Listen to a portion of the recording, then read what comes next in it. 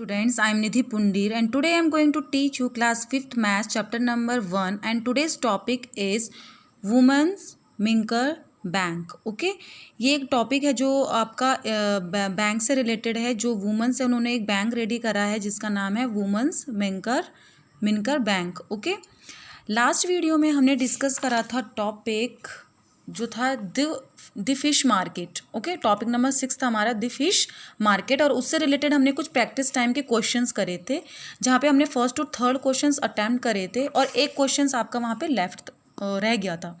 Okay, तो आज इस वाले टॉपिक को करने से पहले आप ये छोटा सा टॉपिक कवर कर लेते हैं. जो ये वाला वर्ल्ड प्रॉब्लम है इसको सॉल्व कर लेते हैं, उसके बाद हम नेक्स्ट ये टॉपिक डिस्कस करेंगे. Okay, so let's start.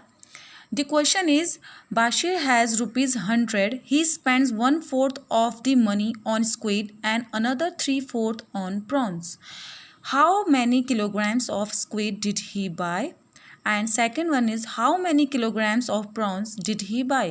देखो इसमें क्या करना है. बाशिर के पास कितने रुपीज़ हैं? 100 रुपीज़ हैं. अब उसने क्या करा? He spent 1/4 of the money. ये जो 100 रुपीज़ हैं इसका 1/4 उसने किस पे स्पेंड करा है? स्क्विड लेने में. स्क्विड जो फिश है आपकी वो लेने में जो पीछे गिवन है पूरा.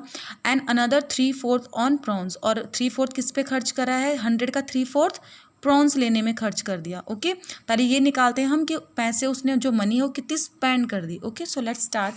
देखो प्राइस ऑफ स्क्विड आपको गिवन था पीछे बुक में. अब वो गिवन है आपको ₹50 अ किलो, यानी 1 किलो कितने का था? 50 रुपीज़ का. और प्राइस ऑफ प्रॉन्स कितने का था? ₹150. ओके, 1 kg कितने का था आपका? 150 रुपीज़ का. अब वो कह रहे हैं बाशिर के पास कितने रुपीज़ हैं आपके? जो आपका बाशिर हैज़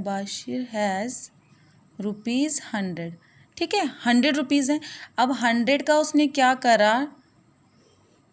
एक तो उसने क्या करा उसका जो 1/4 है, 1/4 पार्ट, 1/4 का मतलब है 1/4. ओके, 1/4 का मतलब होता है हाफ का भी हाफ. ओके, तो 1/4 ऑफ द मनी यानी कि इस मनी का 1/4 यानी कि 1/4 मल्टीप्लाई बाय 100 ऐसे निकालते हैं हम. ओके, और यहाँ पे दूसरी साइड उसने क्या करा? 3/4 किसका?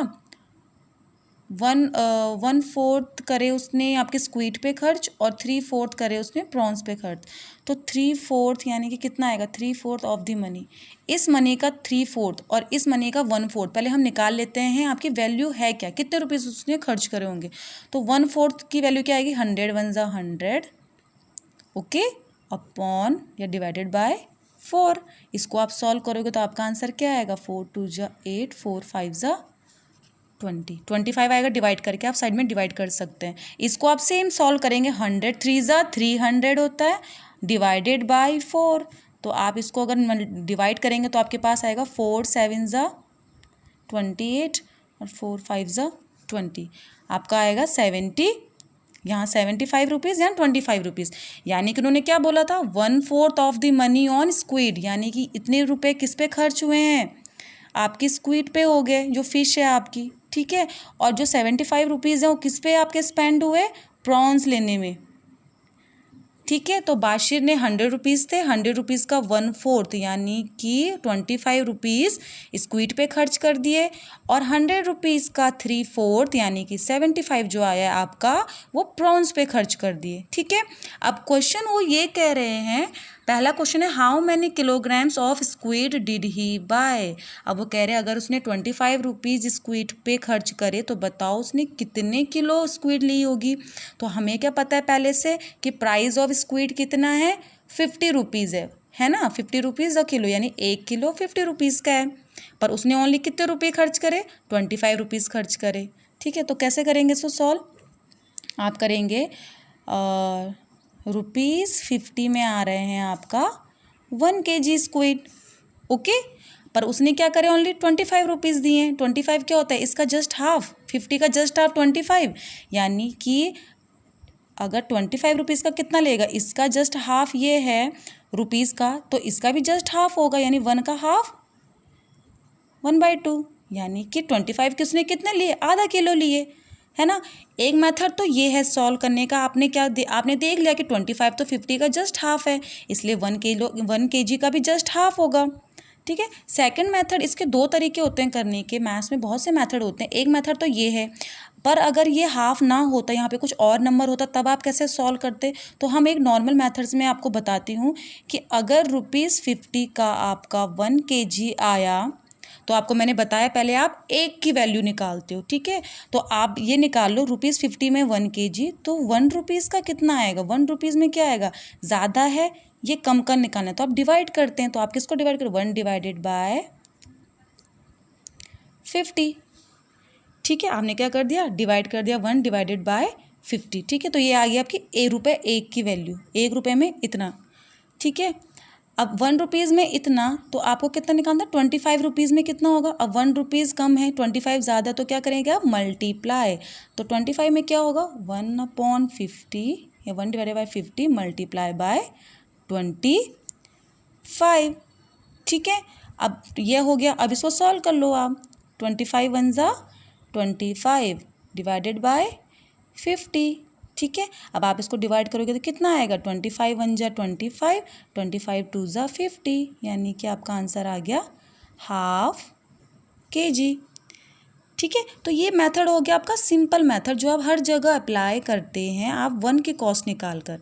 ये आपका आप उस टाइम कर सकते हो अगर आपको डायरेक्टली पता चल रहा है, हाँ 50 ये रुपीज़ है और 25 इसका जस्ट हाफ है, तो नॉर्मल सी बात है, आपको इतना सॉल्व करने की ज़रूरत नहीं है। आपको यहीं पे पता चल गया कि 50 का अगर 1 kg है तो 25 में भाई आधा ही आएगा, तो 25 रुपीज़ 50 का आधा है, तो 1 का हाफ, 1 का आधा कितना हो जाएगा? ½ किलो, है ना।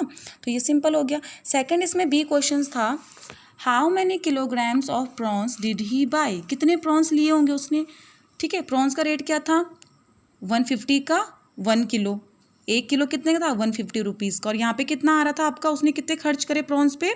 75 रुपीज़ खर्च करे, है ना। तो आप लिख दोगे कि ₹150 में आ रहे थे आपके 1 kg, 150 रुपीज़ में आ रहे थे आपके 1 kg प्रॉन्स, ठीक है। और आपने कितने खर्च करे? जो बशीर है उसने कितने खर्च करे? 75 रुपीज़ में कितना आएगा? तो 150 का जस्ट हाफ होता है आपका 75। कैसे हाफ करते हैं आप? 2 से डिवाइड करके, ठीक है। तो 150 का जस्ट हाफ होता है 75। तो अगर इसका ये हाफ है तो इसका भी जस्ट हाफ होगा, यानी कि 75 में कितना आएंगे आपके? ½ kg क्या आएंगे? प्रॉन्स आएंगे। ये तो हो गया सिंपल मेथड, क्योंकि आपको 75 गिवन है, आपको पता है इसका जस्ट हाफ होता है। सेम अगर आप इसको नॉर्मल मेथड से करोगे, जैसे मैंने यहाँ पे निकाला था, तो आप इसको आंसर भी इस तरह से निकाल सकते हो, पर आपके दोनों आंसर्स क्या होंगे? सेम होंगे, ठीक है। ट्राई करके देख लेते हैं। अगर आपका 150 रुपीज़ में 1 kg आ रहा है, तो ₹1 का निकालते हैं पहले। तो ₹1 में कितने किलो आएंगे? ₹1 में कितने आएंगे? डिवाइड हो जाएगा ना, 1 डिवाइडेड बाय 150 kg, सिंपल, इतना आ गया। अच्छा, ₹1 में इतना, तो आपको कितना निकालना था? 75 रुपीज़ का। 75 रुपीज़ में कितना आएगा? अब एक का है, ज़्यादा का निकालना है तो मल्टीप्लाई हो जाता है, तो 1/150 मल्टीप्लाई बाय 75, सिंपल। अब आप मल्टीप्लाई कर दो, 75 1 ज़ा 75 डिवाइडेड बाय 150, ठीक है।